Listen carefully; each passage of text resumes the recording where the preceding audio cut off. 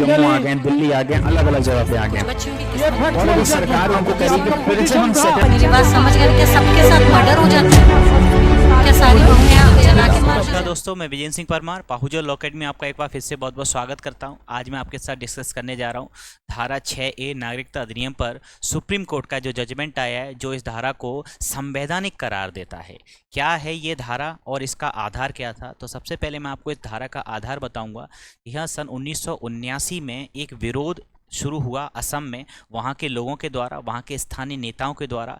उनका कहना ये था कि विदेशों से आने वाले, खास करके एक पर्टिकुलर बांग्लादेश से आने वाले लोगों के द्वारा संख्या इतनी बढ़ गई है, वो वहाँ पर बांग्लादेश में असम में करीब 40 लाख से ज़्यादा बांग्लादेशी निवासरत हैं, जिसकी वजह से जो असम के जो लोकल एजेंट्स हैं, उनकी खुद की जो नागरिकता है या उनका खुद का अस्तित्व है, उनकी जो सभ्यता है, उनकी जो संस्कृति है, उस पर प्रश्न चिन्ह लग गया है और वो अपने ही जगह पर या अपने ही राज्य में अल्पसंख्यक बनकर रह गए हैं और जो कहीं ना कहीं उनके आर्टिकल 29 में जो राइट है उसको वायलेट करता है। ठीक है, फिर इस समस्या के समाधान के लिए सन 1985 में एक समझौता हुआ। वो समझौता केंद्र सरकार, असम सरकार और नेताओं के बीच में हुआ, जिसके फर्दरेंस में ये बात हुई कि वहाँ पर एक कट ऑफ डेट बना दी जाएगी कि इसके पहले जो आए हैं उन्हें तो हम नागरिक मान लेंगे, लेकिन उसके बाद अगर कोई व्यक्ति आया है बांग्लादेश से तो उसे फॉरेनर की तरह ट्रीट किया जाएगा, उसको आइडेंटिफाई किया जाएगा और उसको देश से बाहर किया जाएगा। इन्हीं प्रावधानों को धारा 6A नागरिकता अधिनियम 1955 में रखा गया। तब उस प्रावधान, वहाँ पर ही प्रावधान जो किया गया, जो डेट मेंशन की गई वो की गई 1 जनवरी 1966। उसमें कहा कि 1 जनवरी 1966 से पहले जो व्यक्ति असम में आ गए हैं बांग्लादेश से, जो कि इंडियन ओरिजिन के हैं, उन्हें हम नागरिक मान लेंगे। उन्हें कोई प्रोसेस नहीं करनी, कुछ भी नहीं करना है, उन्हें नागरिक माना जाएगा। अब बात आती है 1 जनवरी 1966 और 25 मार्च 1971। 25 मार्च 1971 ये वो डेट है जो कि हम कह सकते हैं बांग्लादेश के स्थापित होने का दिवस है। उसको लैंडमार्क डेट बताया गया और कहा कि इस डेट 1 जनवरी 1966 और 25 मार्च 1971 के बीच में जो लोग आए हैं उन्हें भी, जो कि इंडियन ओरिजिन के हैं, उन्हें भी नागरिक माना जा सकता है, बशर्ते वो विहित प्रक्रिया का पालन करके अपने आप को नागरिक के तौर पर रजिस्टर करा लेते हैं। लेकिन क्या होगा उनका जो 25 मार्च 1971 के बाद आए हैं और असम राज्य में अभी भी भारत का नागरिक बनकर कहीं भी किसी रूप में रह रहे हैं? तब इसमें ये धारा ये प्रावधान करती है कि इसके बाद आने वाले सभी लोगों को फॉरेनर की तरह, विदेशी की तरह ट्रीट किया जाएगा, उनको आइडेंटिफाई किया जाएगा और उनको गिरफ्तार करके उन देश से बाहर भेजने की प्रक्रिया की जाएगी।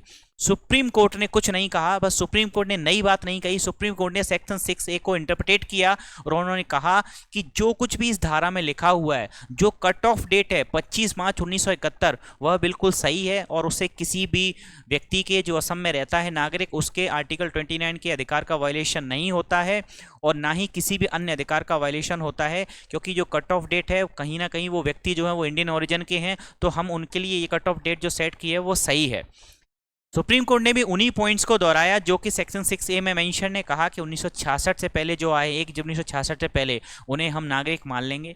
उसके बाद 1 जनवरी 1966 के बाद 25 मार्च 1971 के जो बीच आए, वो यदि अपने आप को रजिस्टर करा लेते हैं तब वह भी नागरिक होंगे। लेकिन उस डेट के बाद जो व्यक्ति आए हैं उन्हें नागरिक नहीं माना जाएगा, उन्हें विदेशी की तरह ट्रीट किया जाएगा और उन्हें आइडेंटिफाई करके देश से बाहर भेज जाने की प्रक्रिया की जाएगी। 5 जजेस की बेंच थी, जिसके अध्यक्ष थे CJI डॉक्टर DY चंद्रचूड़।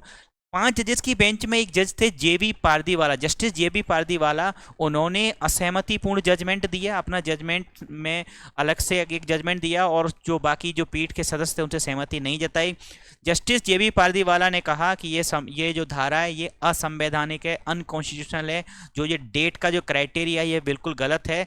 इससे ये बड़ा ही मुश्किल हो जाता है कि कौन ऐसे व्यक्ति हैं, ये आइडेंटिफाई करना बड़ा मुश्किल होगा कि कौन ऐसा व्यक्ति है जो 25 मार्च 1971 से पहले आया है या इस डेट के बाद आया है।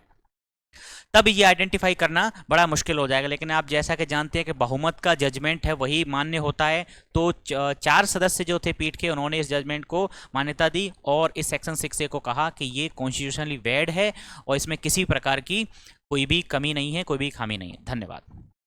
Subscribe for more content.